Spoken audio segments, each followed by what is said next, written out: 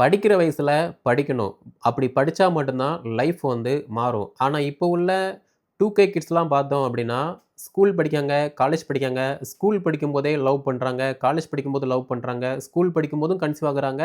College படிச்சுட்டு இருக்கும்போதே conceive ஆகுறாங்க. போக்சோல உள்ள தூக்கி வச்சிருக்காங்க. அதே மாரி ஸ்கூல் படிக்கும்போது, காலேஜ் படிக்கும்போது டிசிப்ளின்னா என்ன?